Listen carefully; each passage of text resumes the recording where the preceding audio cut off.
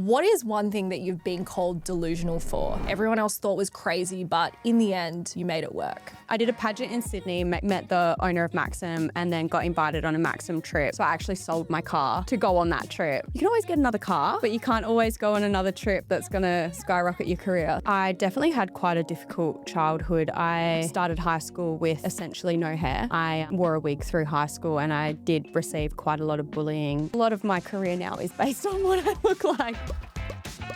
And I had to build self-worth around what was on the inside, not what's on the outside. There's so many skeptical people out there, especially in today's world. I think it's not about having people that are going to buy from your brand. It's about them lending you their audience. That's a major green flag for me. Most hardworking, talented girls I've ever met. We wouldn't be here without every single one of you guys. What's one piece of advice, something that's really helped you in your journey? I keep coming back to is no one is you and that is your power. And I think I've had such a different life that you use that as your superpower, not as your downfall. Messaged my friend the other day because it is something that's on my mind, and I said, what if I do both and I'm not successful? Hello and welcome back to another episode on the Delusional Podcast. Today I am joined by an incredible founder who is making moves in the world of social media, PR, modeling, and influencer world. She is not only someone who has featured on the front cover of various magazines. You might have seen her in Vogue, you might have seen her in Maxim, but she's also using all her modeling experience as well as her influencer experience and her social media wealth of knowledge to help businesses become industry leaders through marketing. And the reason why I wanted to bring Bree into this conversation is because she has such a unique lens when it comes to all things marketing. There are so many different people out there who have different stories, different contexts, different sets of skills. And I believe Bree is an incredible founder who really understands how to help you transform into not only a brand online, but a true industry leader. Welcome to the show, Bree. How are you feeling? Thank you for having me. Good. I was really excited about doing this. Where have you just come from? I was in Italy for 10 days. And he's still jet lagged? I am so jet lagged. What were you doing in Italy? I was actually just spending some time with my husband. We both work 24/7, so it was nice to take some time, just me and him, and spend some quality time together. As a founder, we always talk about slowing down, relaxing, filling the cup back up. Were you actually able to do that, or were you feeling a little bit like, oh, I still need to get work done? Yeah, I was definitely antsy. I find when I go on trips, I like to utilize them in some way to build content, or I'll bring one of my clients' product with me and shoot that, or I'll go on a complete brand trip. And this time I was like, I'm not going to do it, although I did bring some client product and shoot that. And my husband actually did such a good job, by the way. And I did find I was getting a little bit antsy in the beginning because I was like, I'm not going to do any photos and stuff. I'm just going to relax apart from the client stuff. And yeah, I found myself super antsy, like I'm not maximizing the content opportunities, but it's so hard when that's what you're used to. So yeah, it was a bit of both. I worked a little bit, relaxed a little bit. It was nice. So for anyone who doesn't know you, how would you describe yourself? Oh, that's a great question. Like I'm super resilient, obsessed with social media, caring, kind. I don't know. Do you know what's so funny? I ask that question to people who are business owners, and a lot of the time we wrap so much of our identity up in the business, in the work we do, in our accolades and achievements, that when you take away the business, it's like, who am I? Like, what do I do? 100%, yeah. If there was no modeling, if there was no influencer agency, if there was no social media, like what do you actually enjoy doing in your spare time? Taking photos. Literally, that I love taking photos. I'm here for it. For my work now. Well, we can tell you're obsessed. The question I like to ask every guest on the show is, what is one thing that you've been called delusional for? Everyone else thought was crazy, but in the end, you made it work. I've done a lot of delusional things in my life. I think probably the biggest thing that I did that was crazy was I got invited on a Maxim trip I did a pageant in Sydney, met the owner of Maxim, and then got invited on a Maxim trip. Obviously, there was a cost that was involved in that. And this is at a time where I wasn't 100% financially stable. So I actually sold my car to go on that trip. And that's the trip that kind of opened a lot of doors for me, especially when it comes to my business, as they were one of my first 3 clients. So everything happens for a reason. And I think anyone who knew I was doing that thought I was absolutely crazy, but I just knew I had to do it. And you can always get another car, but you can't always go on another trip that's going to skyrocket your career. So It's pretty cool to hear that obviously that trip literally changed your life. yeah. For the people who have no idea what came from it, can you please explain the direct sequence of events that happened after that? Yeah. So I was in a full-time job that I wasn't 100% happy in at the time. And I really felt like I was letting myself down by not taking every opportunity that was thrown at me when it came to my modelling and my influencer world. I got invited to go to Greece to shoot for Maxim, and then I was also doing Swimsuit USA in Mexico. And so obviously sold my car, went on the trip, and I was speaking with the girl that was running the tour, and I knew I was I was so obsessed with social media because everyone would always say like social media is so toxic, rah, rah, rah, rah, and I never understood that because I was like, what do you mean? Like there's so much opportunity in social media if you do it the right way. It doesn't need to be toxic. You can control what you absorb, you know? So I knew I was obsessed with that. I knew I wanted to go down that path. I wasn't sure what I wanted to do. And I was chatting to this girl on the boat that we were shooting on, and she said that, you know, they were looking for someone to help with social media. And I was like, oh, I've been thinking about getting into social media. And it kind of just a penny dropped for me. And I was like, that's what I want to do. Like I want to do businesses, social media, especially I just felt this rush of passion, like all this stuff that I could do for them. Do you know what I mean? And I did the trip, went on the pageant, went to do the pageant, and then came home, and my friend who has a very successful promotions business and also does social media management, I told her and I was like, this is what I want to do. And she was like, well, I'm at max capacity. I actually have this client that you can have. I'll do an introduction.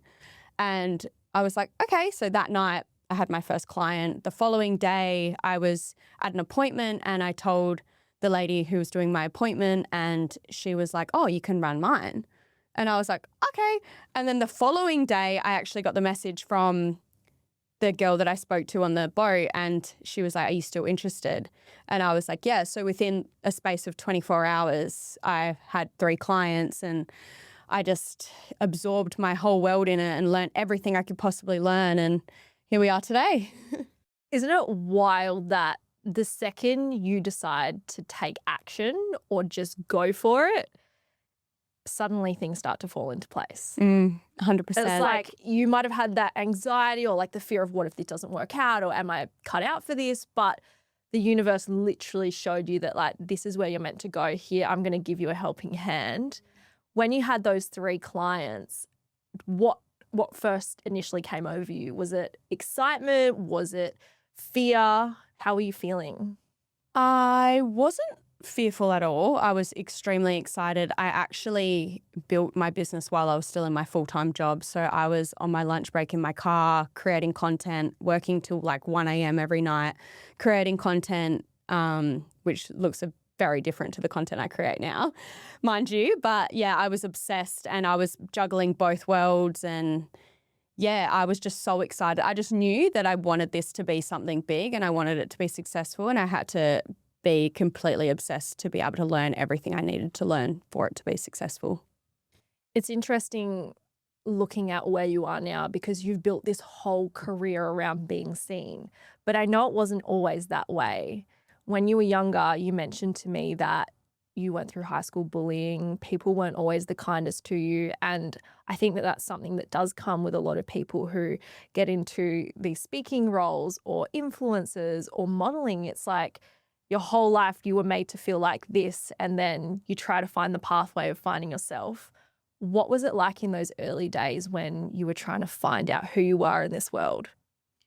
Yeah, so I definitely had quite a difficult childhood. I started high school with essentially no hair, and then I wore a wig through high school, and I did receive quite a lot of bullying, especially in the first high school I went to. I had to move schools because of it. And I remember I'm a Virgo, so I'm very hard on myself and I judge myself a lot. And through that time, it wasn't necessarily what other people were saying to me. It was more what I would say to myself because of the things that they were saying. And I found, school and growing up was extremely hard. And it was just, I just knew that I was meant for so much more than allowing other people to dictate how I felt about myself and allowing myself to judge myself based on what I look like, which is crazy because a lot of my career now is based on what I look like. But it was very hard, and I had to build a resilience and I had to build a self-worth around what was on the inside, not what's on the outside. And I think that's why a lot of people are surprised when they get to know me because they're like, wow, you're just a big dog. Like and I'm like, yeah, I actually am, because I've had to put so much work into being a good person outside of putting work into my appearance. So, yeah. That's awful that you had to go through that. I'm sorry that that was your experience. Like, I feel like the world is so mean to you, especially when you're young. It's either they're bullying you about how you look, whether you try, whether you don't try. It doesn't matter what you do. If it's not you, it's your parents, your siblings. Like, kids are just so mean. But I think one thing that you can see has worked out in your favor is you were taught from an early age to kind of back yourself in a way that 100%. other people don't necessarily get exposure to. And I think sometimes when I look at the people who got bullied really badly in high school or put down, they end up becoming the most resilient, successful people because they learn to find peace within themselves. Now, you obviously work in PR. The one thing that I find is when I look in comment sections or anything, I just look and go, people are stupid. 100%. And if you haven't had some kind of exposure to people just talking absolute crap, and just realizing that at the end of the day, it's just a projection or it's just an opinion. You don't have to take that on. That's not yours to carry. Like, PR really exposes you to that horrible side of humans. It can expose you in an impactful way. Do you believe that now that you've gone through that, you know how to handle the negativity on social media? 100%. I think at the end of the day, I am my own biggest critic. So I'm not trying to impress anyone. Obviously, I always want to do the best I can and be successful. But at the end of the day, it's because of what I think of myself. So I always want to make sure that I'm impressing my own self with the things that I'm doing. So if someone else isn't happy with, if someone's commenting something nasty on something of mine, I sometimes think it's funny, to be honest. And other times I just delete it. I'm just like, you're wasting my time. So I think that's something that we don't get prepared for as business owners because, we might be talking about it in high school because that's something that was our experience. But then you look at business owners getting nasty comments, putting themselves out there, doing something that might be a bit controversial.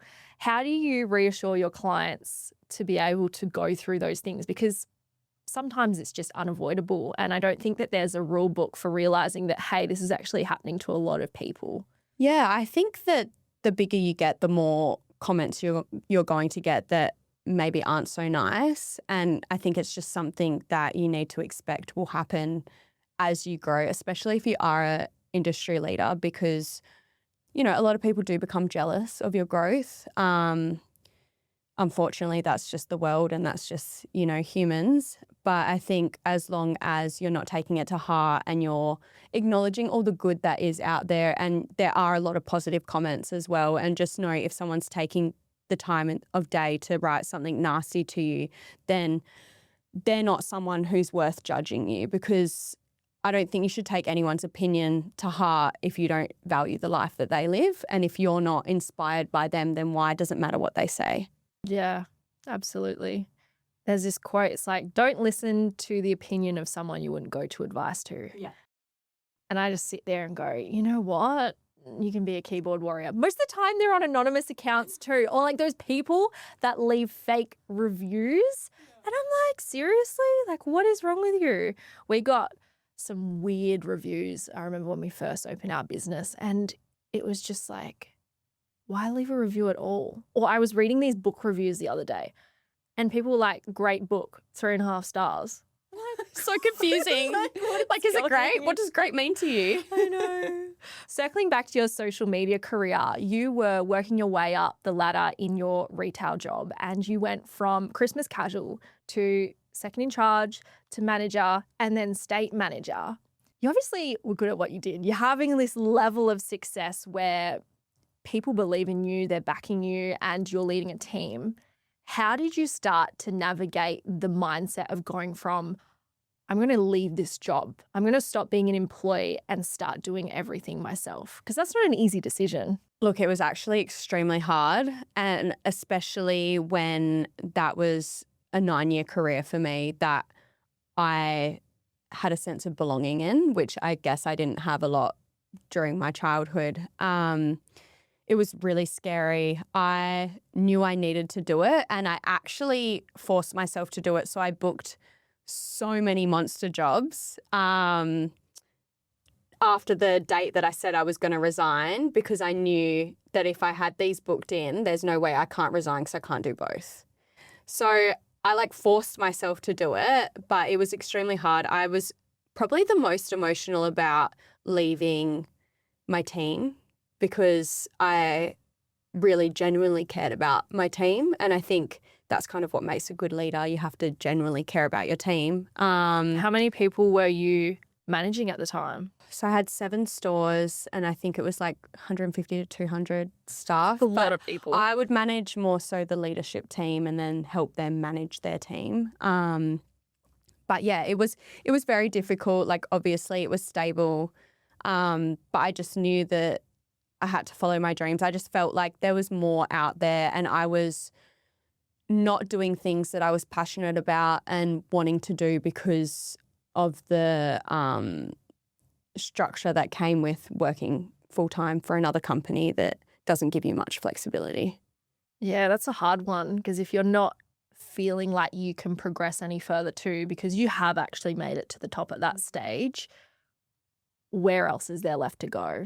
You're just going to keep staying there and you're a very driven, ambitious person. I think that's the natural progression of someone who is, I guess, carrying those entrepreneurial traits. They might start somewhere and they're like, let me fix this, let me fix that. And they kind of find that way to keep moving. And then everyone else kind of either falls behind or they've got to keep going with you. And you're like, I could just do this for myself. When did you end up cutting ties and leaving? How did you navigate that? It was 2023, yes, that I did that. So I started my business in 2022, yes. And yeah, I just put in my resignation. I was bawling my eyes out the whole time. Every time I told my team member I was bawling my eyes out, I was just so emotional about it. But I knew I did have my doubts. Obviously, you go back and forward. It is such a scary jump.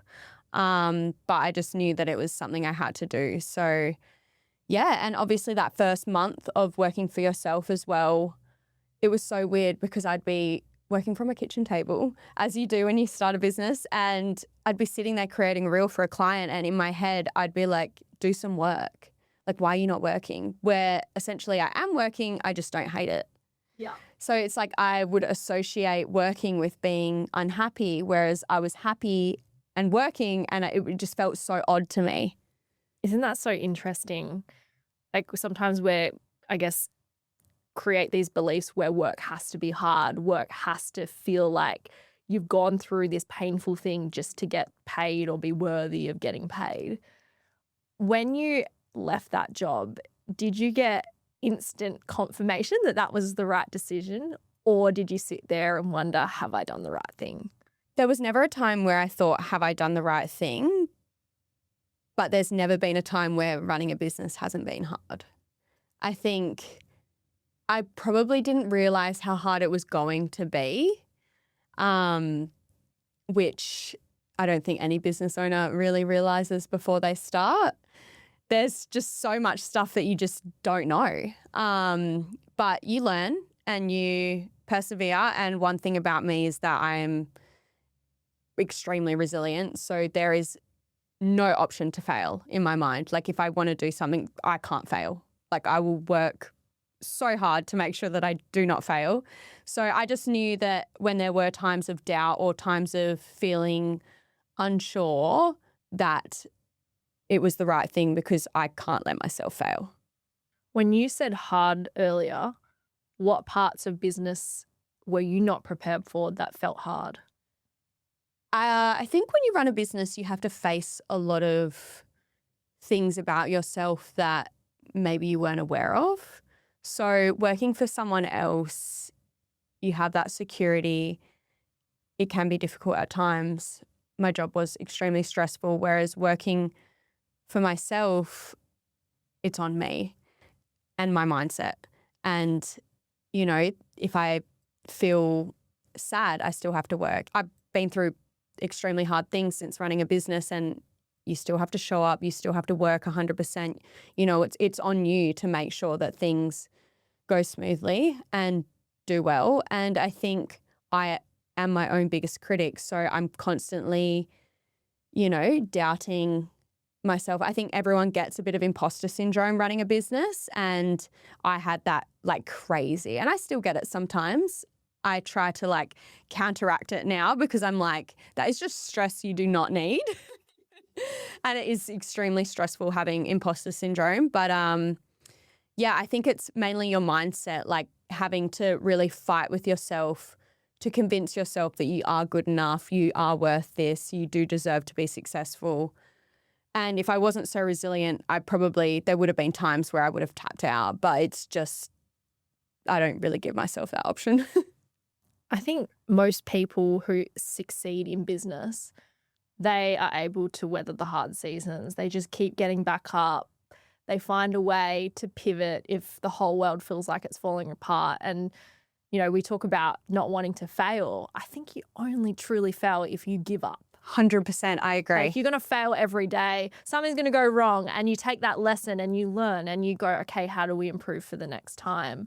It's the people who they sit there and they could be something great, but they're just like, you know what, it's too much effort. I don't want to try anymore, or this isn't for me, or why does it always work for Bree but it doesn't work out for me? Yeah. And one of the really interesting things that I've found, this is an example for me with the gym, I might look at someone and be like, I love how fit they are. I love what they're doing. They look amazing. They obviously feel amazing. They eat well.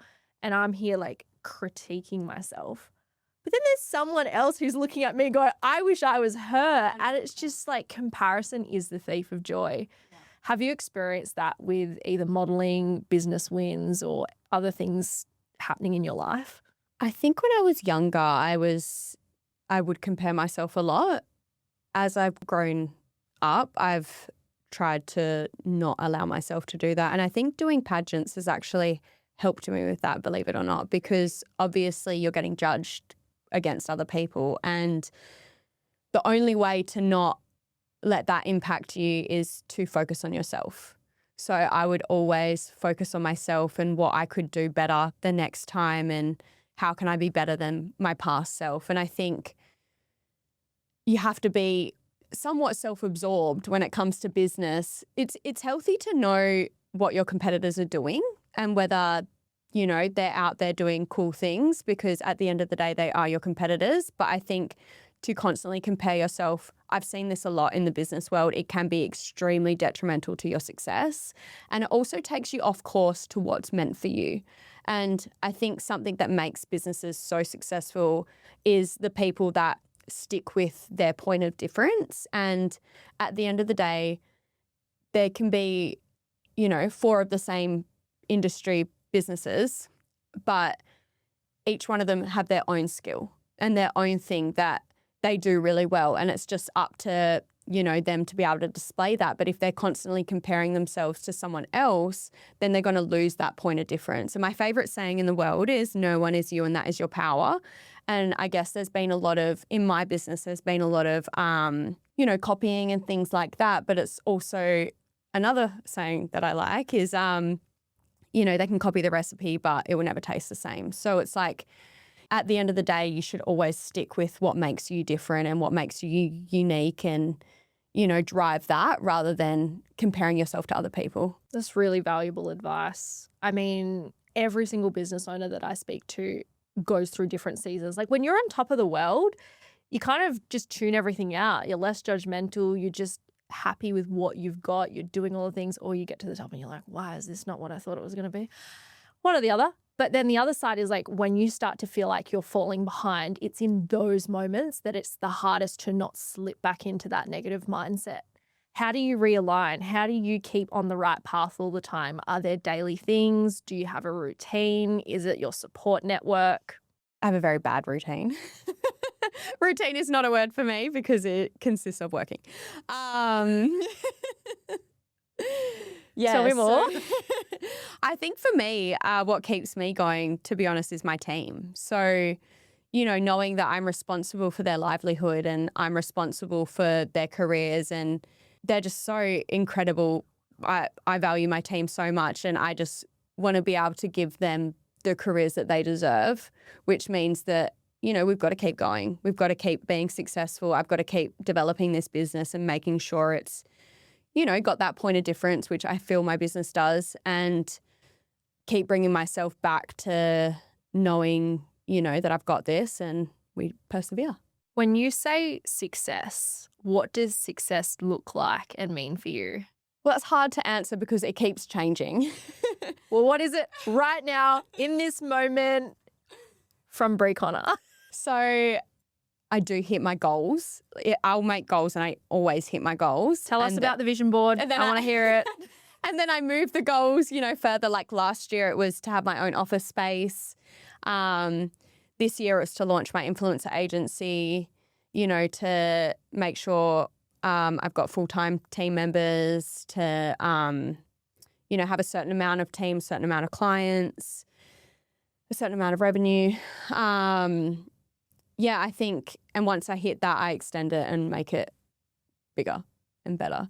I did actually start this year though, because I achieved so many large goals last year, and I went to do my vision board this year and I was like, what do I even want this year? Because I literally just moved into my office at the end of last year, did the fit out and everything. And I was like, I just need some time, I just need some time to think. But, I got all the photos, I cut them out, put it together, and, there was like 250 photos or something crazy. And I was like, okay, I still have goals. So yeah, I would love to, do a lot of team trips where we work with clients and take them overseas and do UGC and work with different influencers overseas as well. I would love to acquire different types of clients. Like I absolutely love hotels. I've seen you been doing a few things in Pan Pacific lately. Yeah, like I absolutely love hotels. On my honeymoon, we worked with Lake Como, the Hilton in Lake Como. We've worked with Hotel Martinez in Cannes. That was separate with my influencer stuff. But yeah, I've definitely got a passion in that. So I would love to incorporate that into the business. There's some big goals, and also I am very happy with where we are right now, but I think you always want to be growing. So 100%. I think that's the high achiever mindset. It's like, have you ever heard of hedonic adaptation? I haven't. So basically it's the principle that when you're here and you set to achieve something up here, that becomes your new baseline. And so then all of a sudden this doesn't feel as exciting or fulfilling or rewarding. And so then the next thing is going bigger. And I think that's the psychology behind a high achiever. You're always looking for the next best thing.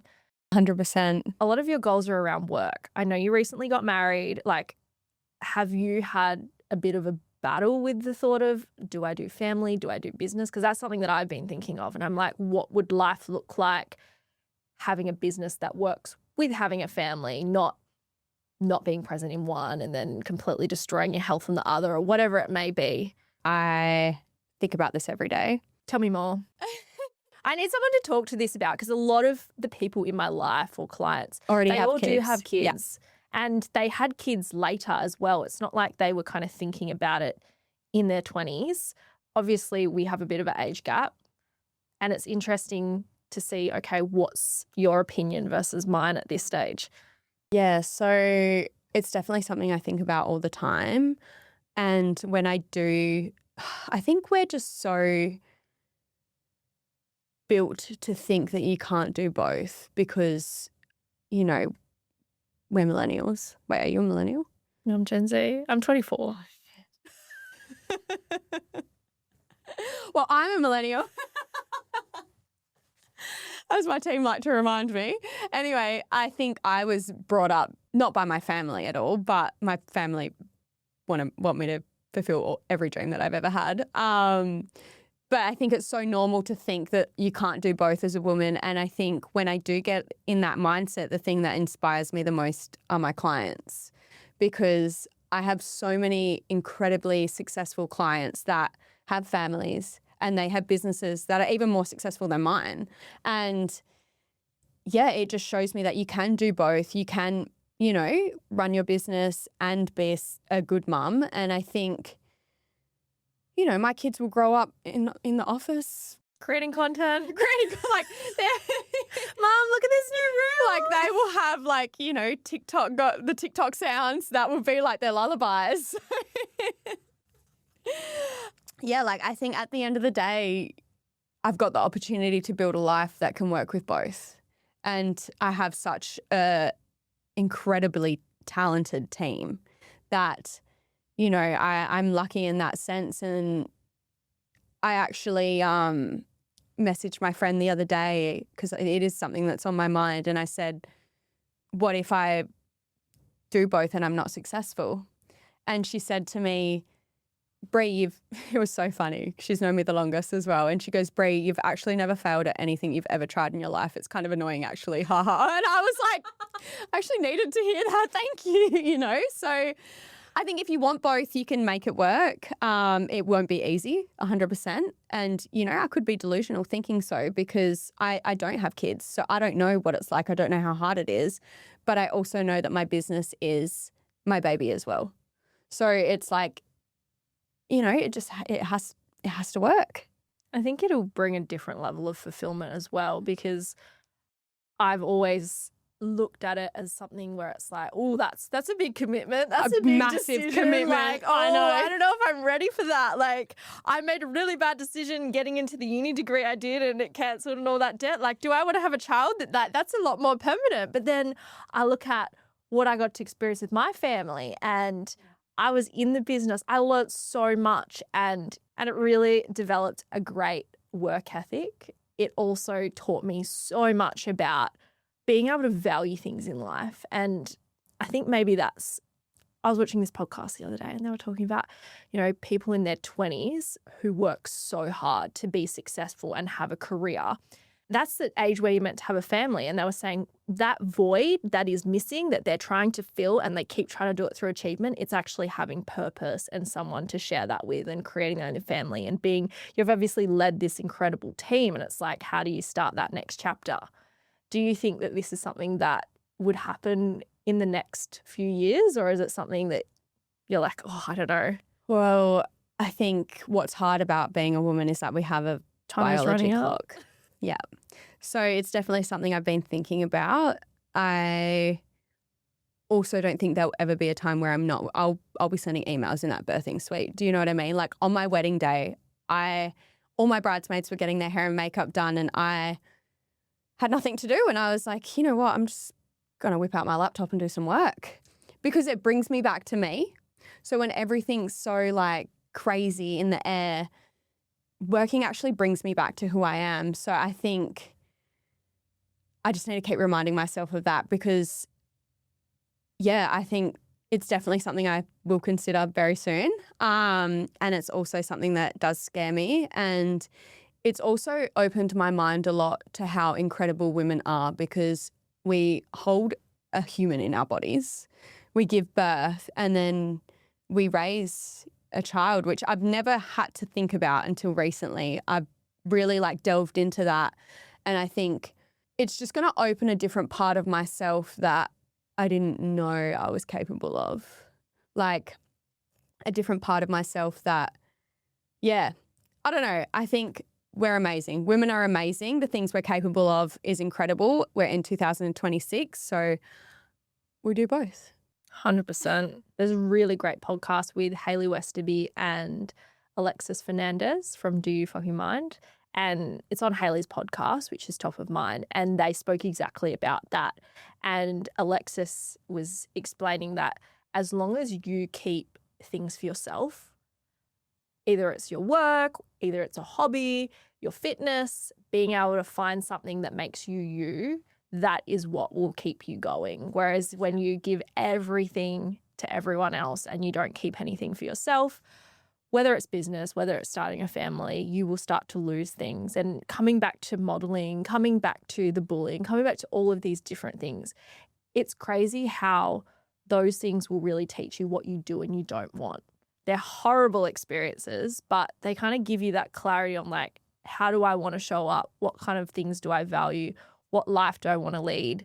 And now that you've done all these things, I think you are going to be such an incredible inspiration for not only your team, family, other people listening to this podcast, because you're proof that you're really passionate about what you do.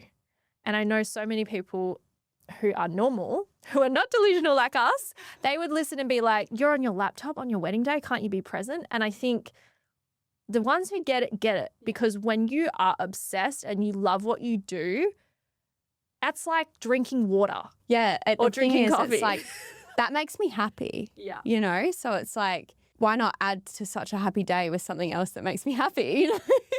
Why do we have to cap it? You're like, West Readers, yeah, oh my gosh, I just got another 5K client. Okay, now you can put the ring on. Nah. Oh, you know, and I am so lucky to have such a supportive husband as well, which he believes in all my goals. And does he have a business as well? he does, yeah. So he's superintendent in the mines, and then he has a mobile mechanic business in Perth. So he is just as delusional as me. And I think you need to have someone like that. Otherwise, they're like, oh, you're not spending much time with me. You're not doing this. Or do we have to go to this event? yeah, no, he's great. He's really good. Although we both are tired. Yeah.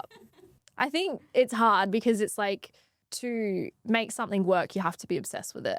I do truly believe that. And everyone talks about building businesses in balance. But like right now, how are you meant to do things in balance when AI is literally changing at such a fast rate? You know, there's just so many things that we have to do with our time. Coming back to like your life and what you're currently prioritizing. I know you have a hectic life, but if you had to give me like 3 things that are just critical for your best performance, best version of you, what does that look like for you? I see a naturopath. Yeah. So I have seen a naturopath for about 2.5 years, and I speak to him monthly. I've actually gotten a few of my clients onto this naturopath, and before I saw him, I was getting sick all the time. My immune system was so low. My cortisol levels were through the roof, which they're still pretty bad. But anyway, and I was able to go on a elimination diet and also supplement to get all of that in balance. So that's really helped me with bringing my best self to my business.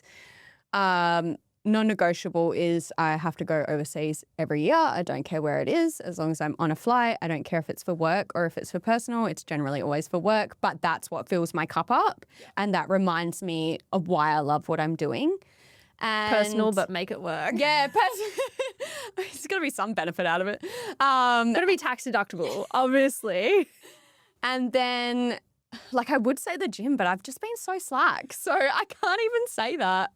At the end of the day, like, I do love my personal content. Like, I know that that is a job and I know that it is work, but it's so different to what I do in my business that it really does top my cup up when my business is stressing me out. So sometimes I don't put a lot of time into that and I do let it drop. But when I do put time into it, it definitely fills my cup up. It's good to hear that you've got those things. Like naturopath is a really good one for health. I think a lot of us as business owners will neglect our health until the warning signs show up, and then you keep pushing through, and then it's just like, phew. How often do you stop to do something just for you, just like something to like make you happy that isn't work? Not photos. Not photos? Or maybe that is your thing. I see you and Ali, you go to Pan Pacific, you book girls, like that's, you know. No, I love doing that. Like it actually makes me so happy. You know, Ali and I just went on this trip together recently, and the whole entire time we were laughing. Like there was not a moment where we weren't laughing. And, you know, I got back, it was a work trip, and I got back and I was just like, that was so good. Like that was better than a trip where you go and lay and sunbake and, you know, do all the things that you're meant to do to relax. Like that filled my cup up. But yeah, things for me. I read a lot. Ooh, fiction or non-fiction? I read a lot. Do you know what the difference is? Personal development or like not personal fantasy development? Or... Yeah. No, they're books where I can like, you know, leave reality for a bit. Oh, okay. So non-fiction. Non-fiction, yes, that's it. Is like personal development, and then fiction is like the made-up stuff. Fiction. Oh, yeah. Fiction, yes. So I do actually have non-fiction books. So I've got the Emma Grede book. Oh, yeah. It's so good. I've started that, and I do really like her. I like listening to her stuff. But I do like reading the fiction stuff. Which ones? What should I go read? Because I never switch off. I need something. Nick's always mine are like, pretty you should just raunchy. do something.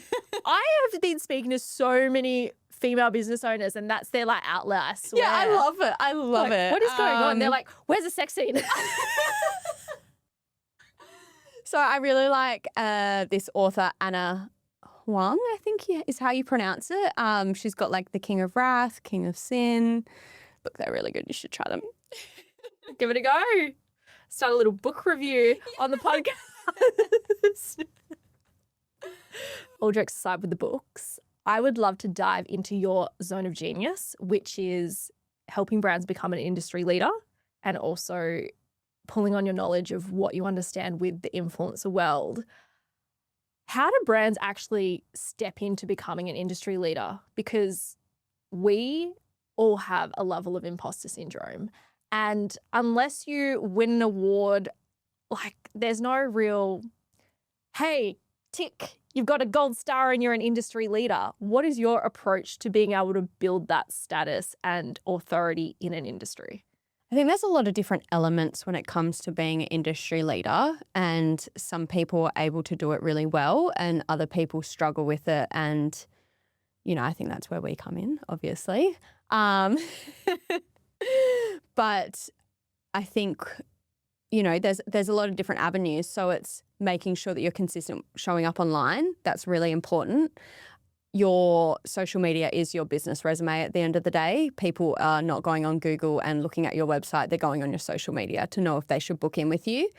It's working with the right influencers if you're going to work with influencers. So a big thing for me is you don't actually look at follower count. You look at how that person shows up online. So if you're someone who has a business which is, you know, quite conservative and you like to do things without getting into drama, then you're not going to book an influencer that's constantly getting cancelled and rants on their story, and you know what I mean? It's just not the right fit. So I think it's really important to pick influencers that are going to represent your brand well and elevate your brand, because at the end of the day, they're lending you their reputation, and it's so important to have the right people representing you.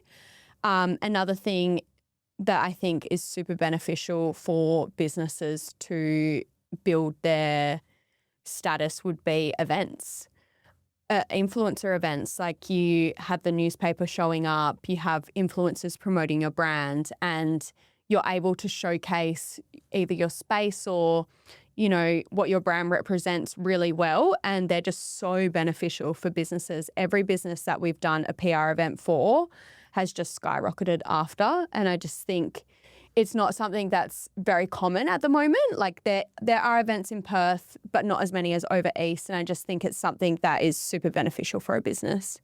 I agree with what you're saying about there being more events over East.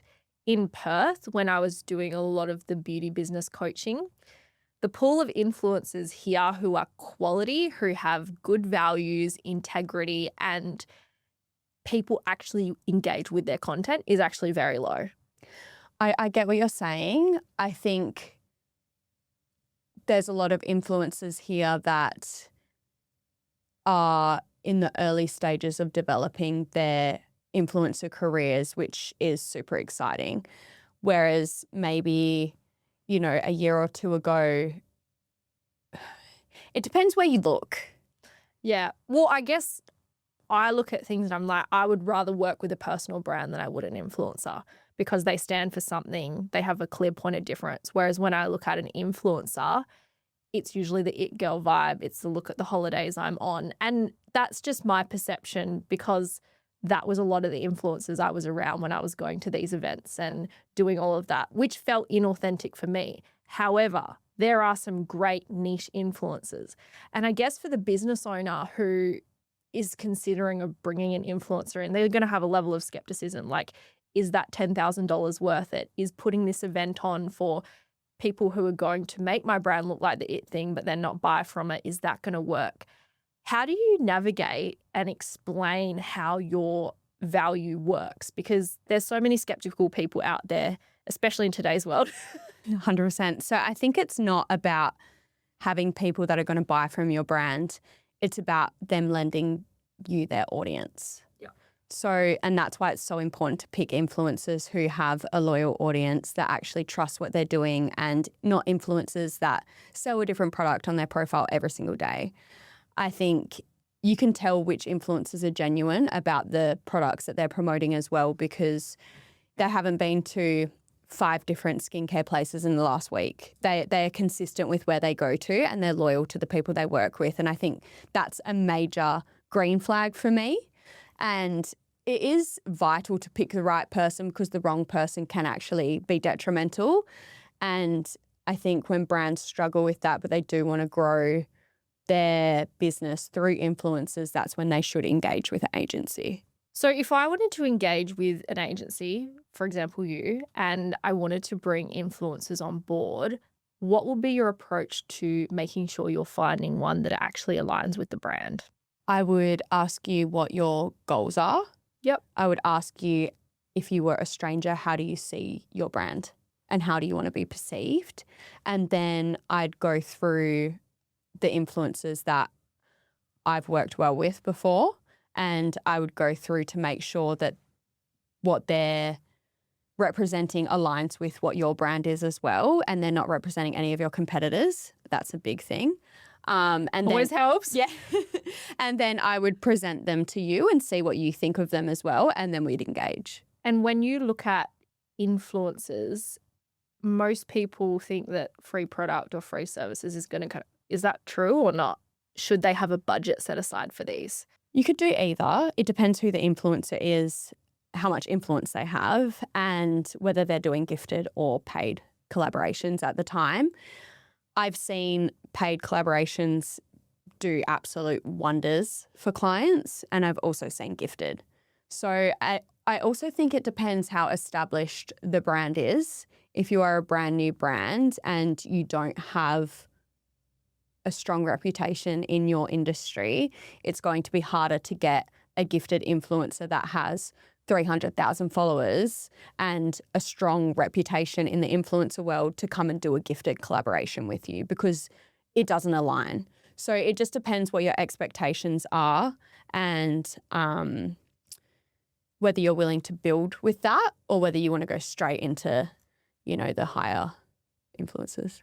Coming back to what I was saying before about the talent pool in Perth, I think there's exactly what you're saying, smaller amounts. But when you look in Sydney, when you look in Melbourne, we don't have as many people with that size of an audience because I guess that's kind of where the OG influencers all originated from. When I was looking at events, I know you host a lot of these PR events. I've been to a few of them. They're amazing. They really do get the traction. You've got a few high-profile people that come in, they share it, and then everyone's starting to go to that page. It does make a difference. I am curious, how Perth isn't really capitalizing on this as much because when I went to Sydney, I was saying influencers in Perth do not work the same not at the level of Sydney, because you can just go there and they've all got 500,000 followers, or they're all founders and they're just in one room. And I feel like here you're kind of pulling on a few main influencers that have the bigger profiles, but then relying solely on a lot more micro. How do you find the right people to come to these events? Are you just getting influencers? Are you inviting people who are friends and family? Are you inviting micro influencers? Like, how do you package all of that together? So we have a certain amount of influencers that we need to hit.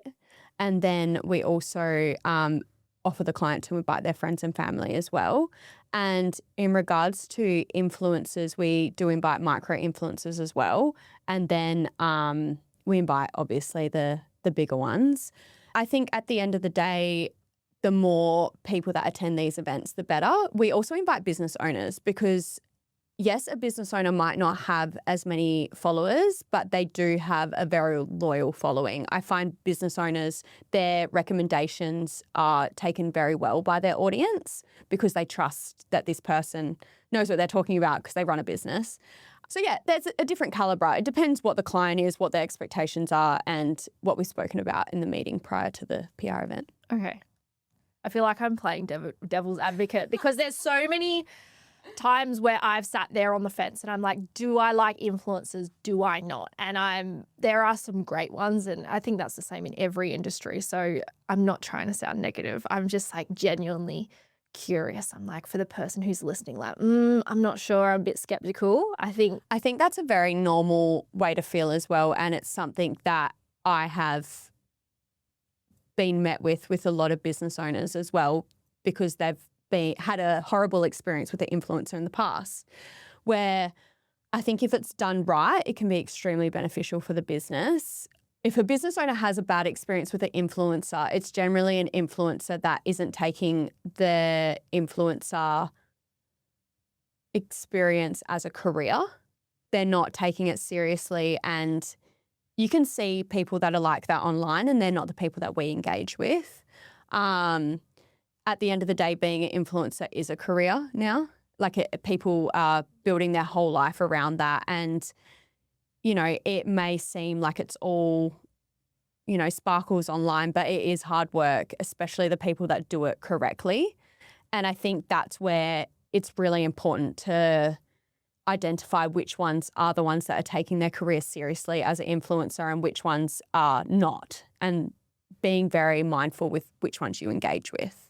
I guess one way to look at it is most older people who don't really believe in the new world of like podcasting and social media and being a YouTuber, they're like, that's not a real career.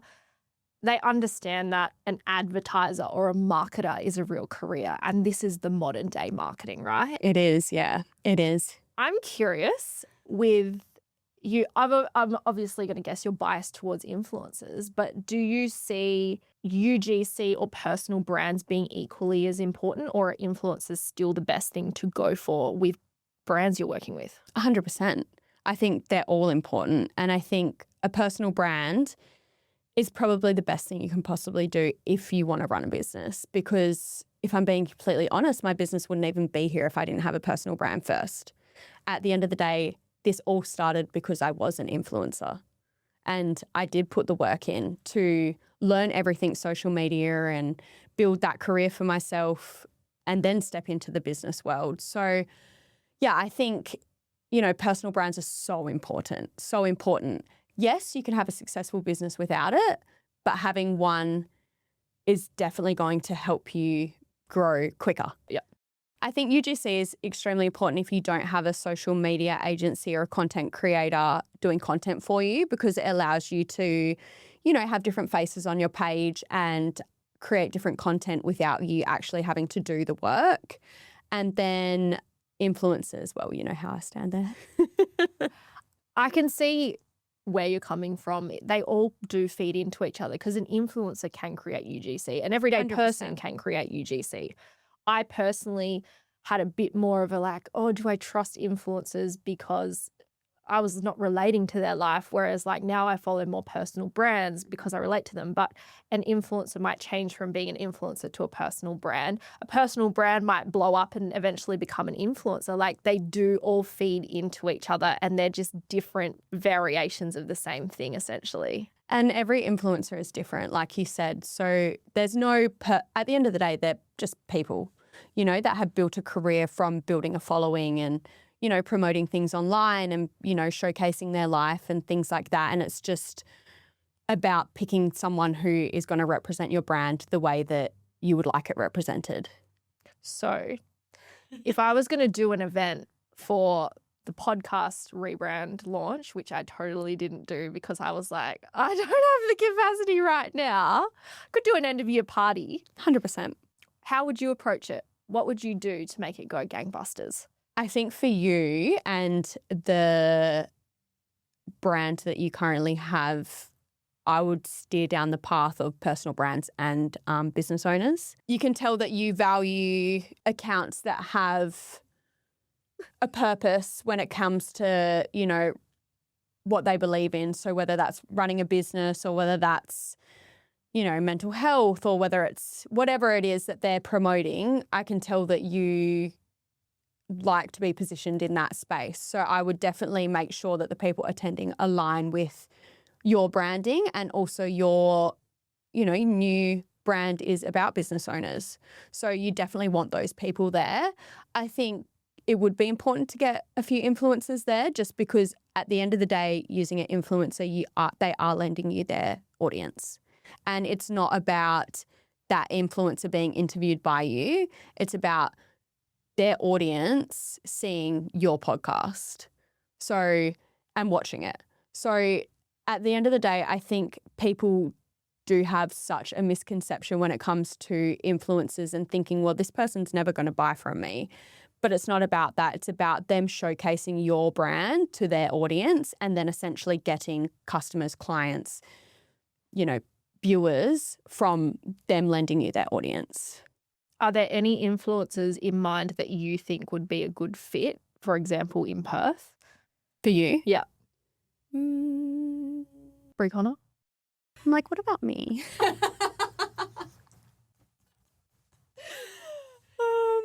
Yeah, 100%. Like there's a lot of massive influencers in Perth that also have businesses as well. Yeah.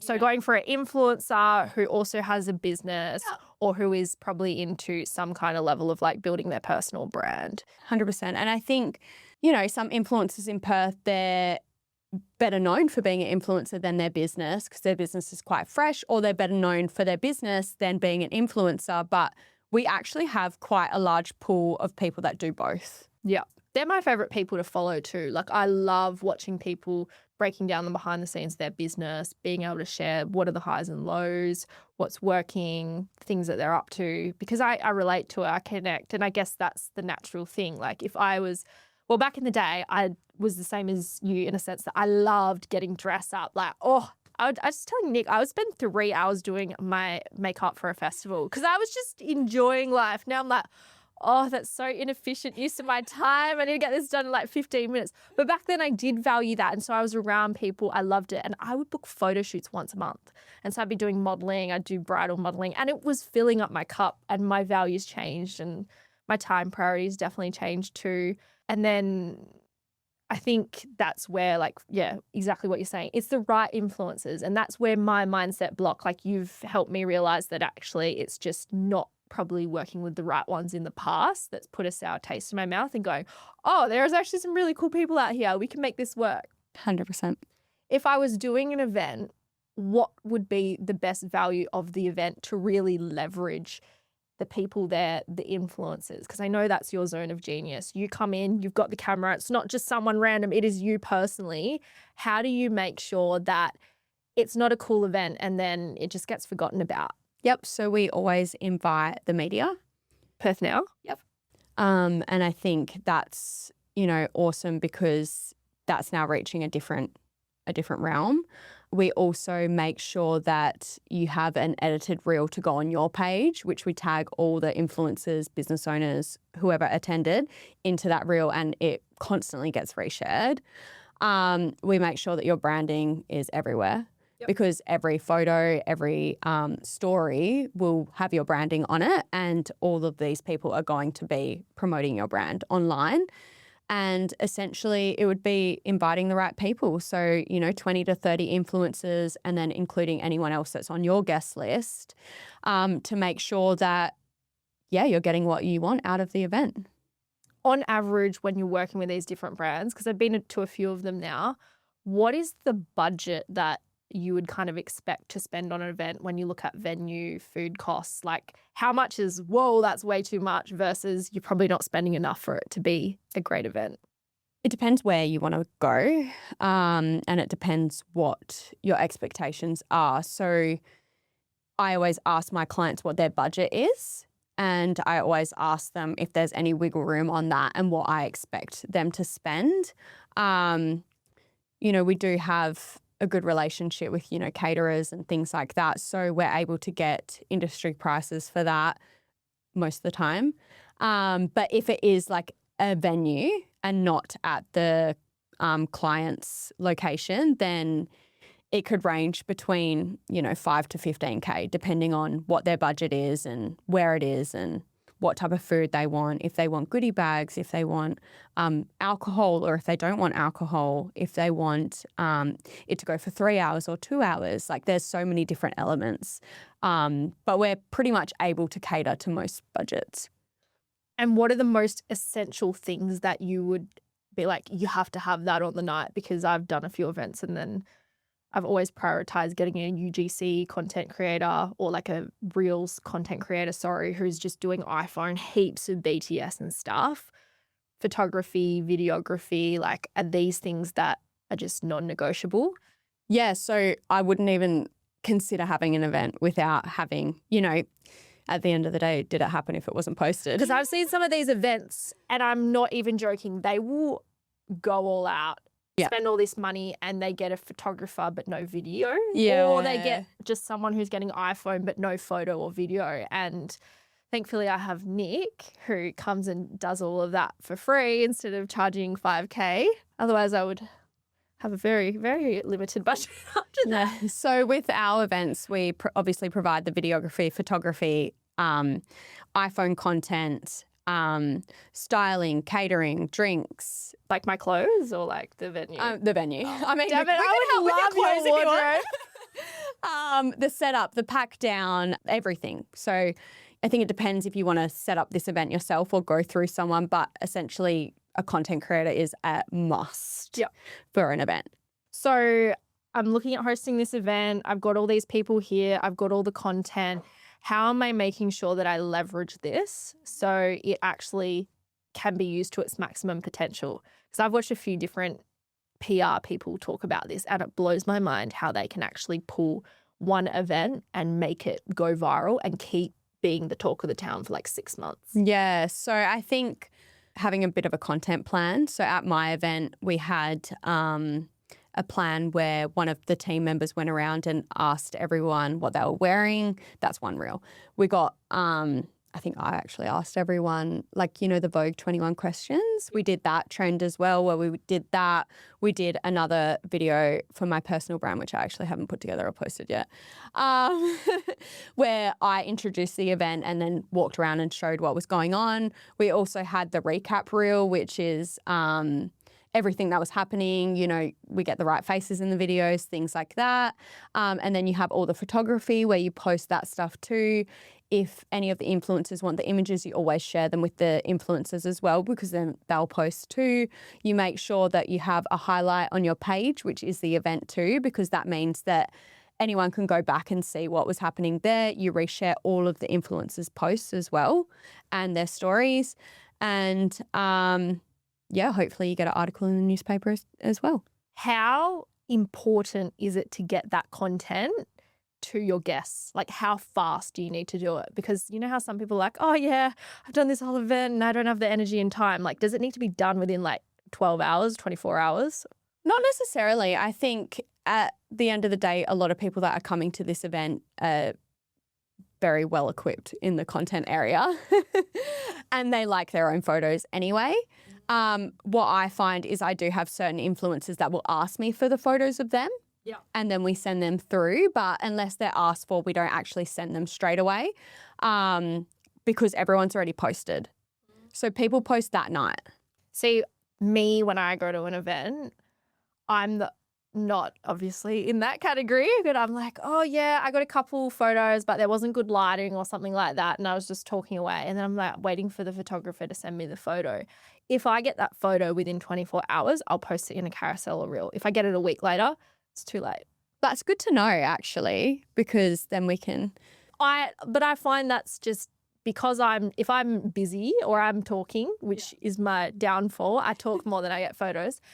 Maybe that's actually a good thing, but it's just like if I don't get that content fast, then it's forgotten about. Yeah, that's really good to know. You're impatient. Like everyone's in this, TikTok brain era where they just wanted it yesterday. But the events I've gone to, whenever they have photographers, especially large scale events like awards nights and stuff, that photographer will take photos. They're up until midnight editing and then boom, they're there for the next day. Yeah, I think that's the difference with like an awards night and a PR event, which is, you've got content creators there. Yep, 100%. And also that's great feedback because we can also send everyone their photos. It'd be interesting to trial and test, see how many link clicks you get. Yeah. And how many posts. That's a new KPI for you. Yeah, it is. Add that to the list. I actually love hearing all of this because if I was a business owner, especially service-based or product, I always recommend to my clients you need to look at doing an event. So we had a skin brand that I helped organize an event. We did the memberships, we did the funnel, we did the sales page tickets, everything. And then we had these curated information guides. There were only 3 offers, so people didn't get overwhelmed. And then we had all the different product sales essentially. And she ended up pulling in like $21,000 in one day, which is insane. Yeah. And when you look at the effort it takes to organize an event, when you give yourself enough of a runway and a timeline and you plan all the intentional things, they can actually bring in so much business for you. I think it was like my second event ever. And, we were literally standing there looking at the follows that were coming in on this client's account and looking at the bookings she was getting while the event was happening. And we were just both like, wow, this is incredible. So it can be extremely beneficial and it doesn't need to be crazy expensive. It just depends what your expectations are. Gonna have to get clear on my expectations and come back to you. It's actually something that's been sitting in the back of my mind. Like Brooke, my business mentor, she's like, yeah, you got to do an event. And I was like, oh, I don't have the energy right now. But as more time's going on, I'm like, I have an idea for doing like a dinner where it's like just 10 people and it's usually podcast guests or people who are high caliber and that's more exclusive and doing them once maybe every couple of months, but then doing like a bigger podcast event because at the end of the day, people, they're listening to you, they're seeing the guests and they're like, what if I want to meet you in real life? And you can't create those opportunities in the same way online or through a podcast like you can in person. 100%. And then also people that might not know about your podcast will see, they might really value this person that's coming to your event and watch all of their content and not have a clue about your podcast and then see them posting the event, tagging your podcast on their story and then they'll go and look at your podcast and that's a new listener.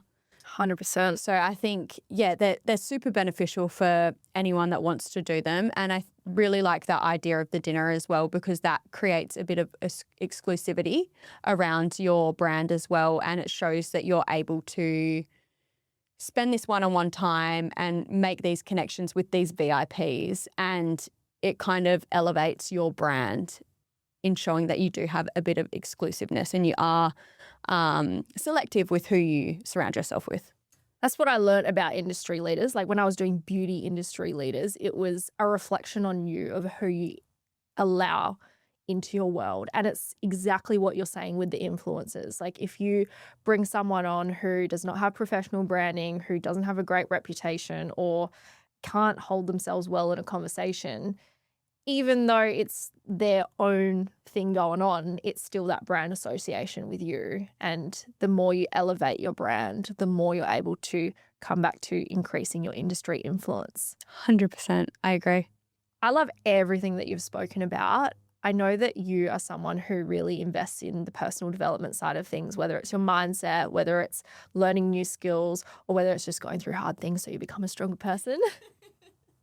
What's one piece of advice or a quote or a podcast or something that's really helped you in your journey? I actually did mention it before, but the quote that I keep coming back to is no one is you and that is your power. And I think I've had such a different life that you use that as your superpower, not as your downfall. So I think it's easy to fall into a victim mentality in life and think, why is this happening to me? And why is life so hard? And why am I going through yet another thing that I have to be strong for when I just want to be happy? And it's like, use that to grow, use that to be strong, use that to, benefit whatever you're doing. And you can choose where your energy goes and how you let things affect you. So it's like you can make something worse than what it is, or you can make it better with what you learn from it. So I think using your journey to be different and not compare yourself to other people is so important when it comes to anything in life. Amen. I'm like, I need to take that advice more often. Thank you. Oh, Bree, I have absolutely adored having you on the podcast. I came into this episode a bit skeptical about influencers, but now that you've walked me through what is their value, how they can come in, and also like understanding UGC, personal brands, and knowing that you have built your influencer world with intention and integrity, and you are damn passionate. Like, you're the kind of influencer that I will invite to my dinners. So thank you. You'll be here. But yeah, I'm really grateful for everything. Like, you actually made me go, I'm stuck in this mindset that I'm not like a huge fan of them. And I'm like, oh, okay, it's about finding the right people. Just like hiring a team or picking a partner, you just got to find the good ones. You got to go through a few bad ones first, though, to get to the good ones, unfortunately. If someone wants to work with you, get you to help them host an incredible event, or just follow along with your journey, where is the best place to do that? Either send us a inquiry on our website, which is www.nowsocialsco.com, or follow us and message us on Instagram, which is nowsocials_co. Okay, awesome. Thank you so much for coming onto the podcast. Thank you for having me. It's been a blast. You're amazing. Thanks for listening, and I will catch you in next week's episode. Bye.